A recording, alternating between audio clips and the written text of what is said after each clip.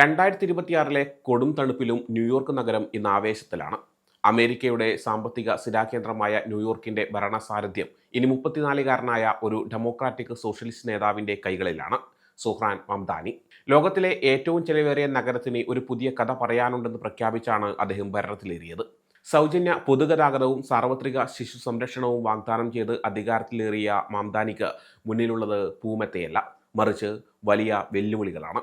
ആ വെല്ലുവിളികൾ എന്തൊക്കെയാണെന്ന് നമുക്ക് നോക്കാം. മംദാനിയുടെ ഏറ്റവും വലിയ വാഗ്ദാനങ്ങൾ സൗജന്യ ബസ് യാത്രയും സൗജന്യ ശിശു സംരക്ഷണവുമാണ്. എന്നാൽ ബജറ്റ് കമ്മി നേരിടുന്ന ന്യൂയോർക്കിൽ ഇതിനുള്ള പണം എവിടെ നിന്ന് വരും? ശതകോടീശ്വരന്മാർക്ക് മേൽ പുതിയ നികുതി ചുമത്തി $9 ബില്യൺ സമാഹരിക്കാമെന്നാണ് അദ്ദേഹത്തിന്റെ കണക്കുകൂട്ടൽ. കൂടാതെ കോർപ്പറേറ്റ് നികുതി 11.5% ഉയർത്താനും അദ്ദേഹം പദ്ധതിയിടുന്നു. പക്ഷേ ഇതിന് സംസ്ഥാന ഗവർണർ കാത്തി ഹോച്ചുലിന്റെ പിന്തുണ അനിവാര്യമാണ്. ഗവർണർ ഈ വിപ്ലവകരമായ നികുതി വർധനവിന് പച്ചക്കൊടി കാട്ടുമോ എന്നത് കണ്ടറിയണം. തെരഞ്ഞെടുപ്പിന് മുമ്പ് പ്രസിഡന്റ് ഡൊണാൾഡ് ട്രംപ് മംദാനിയെ വിശേഷിപ്പിച്ചത് ഒരു കമ്മ്യൂണിസ്റ്റ് എന്നായിരുന്നു. ഫെഡറൽ ഫണ്ടുകൾ തടയുമെന്നും അദ്ദേഹം ഭീഷണി മുഴക്കി.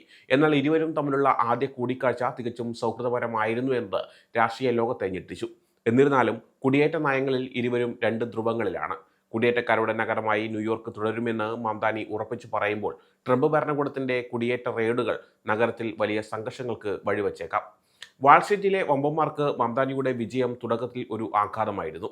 JP മോർഗൻ CEO ജാമി ഡൈമൺ ഉൾപ്പെടെയുള്ള ബിസിനസ് നേതാക്കളുമായി അദ്ദേഹം കൂടിക്കാഴ്ച നടത്തുന്നുണ്ട്.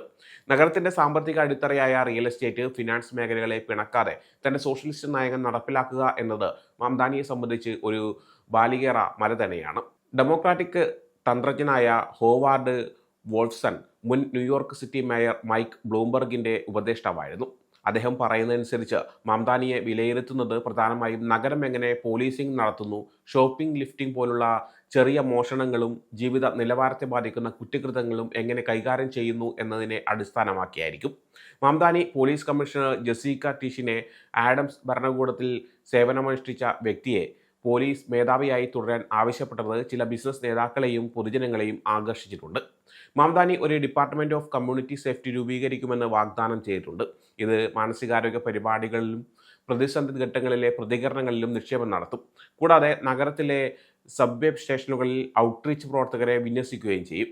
പുറത്തുപോകുന്ന മേയർ എറിക് ആഡംസിന്റെ ഭരണകൂടവും സബ്വേ സ്റ്റേഷനുകളിൽ ഔട്ട്റീച്ച് പ്രവർത്തകരെ അയക്കുകയും മറ്റ് ഭവന മാനസികാരോഗ്യ പരിപാടികൾ സ്ഥാപിക്കുകയും ചെയ്തിരുന്നു. എന്നാൽ ചില വിദഗ്ധരും സാമൂഹ്യ നേതാക്കളും ഈ ശ്രമങ്ങൾ ഭവനരഹിതരും മാനസികാരോഗ്യ പ്രശ്നങ്ങളുള്ളവരുമായ ആളുകളുടെ പ്രതിസന്ധികളെ വേണ്ടത്ര പരിഹരിച്ചില്ലെന്ന് പറയുന്നുണ്ട്. ന്യൂയോർക്ക് സിറ്റിയുടെ ചരിത്രത്തിലെ ഏറ്റവും പ്രായം കുറഞ്ഞ മേയർമാരിൽ ഒരാളായ സുഹ്റാൻ മംദാനി തന്റെ സ്വപ്ന പദ്ധതികൾ യാഥാർത്ഥ്യമാക്കുമോ അതോ പ്രായോഗിക രാഷ്ട്രീയത്തിന് മുന്നിൽ പകച്ചു നിൽക്കുമോ? നിങ്ങളുടെ അഭിപ്രായങ്ങൾ താഴെ കമൻറ്റ് ചെയ്യുക. ഈ വീഡിയോ ഇഷ്ടപ്പെട്ടെങ്കിൽ ലൈക്ക് ചെയ്യാനും ഷെയർ ചെയ്യാനും മറക്കരുത്. കൂടുതൽ ലോക വാർത്തകൾക്കായി ഞങ്ങളുടെ ചാനൽ സബ്സ്ക്രൈബ് ചെയ്യുക. സമയം മലയാളം വാർത്തകൾ ഇനി ടൈംസ് ഓഫ് ഇന്ത്യ സൂപ്പർ ആപ്പിലും. ഇതിനായി പ്ലേ സ്റ്റോറിൽ നിന്നോ ആപ്പ് സ്റ്റോറിൽ നിന്നോ times of India app install ചെയ്യൂ. മലയാളം ഭാഷ തിരഞ്ഞെടുക്കൂ. വാർത്തകൾ ആസ്വദിക്കാം. എല്ലാം ഇനി സമയത്തിൽ.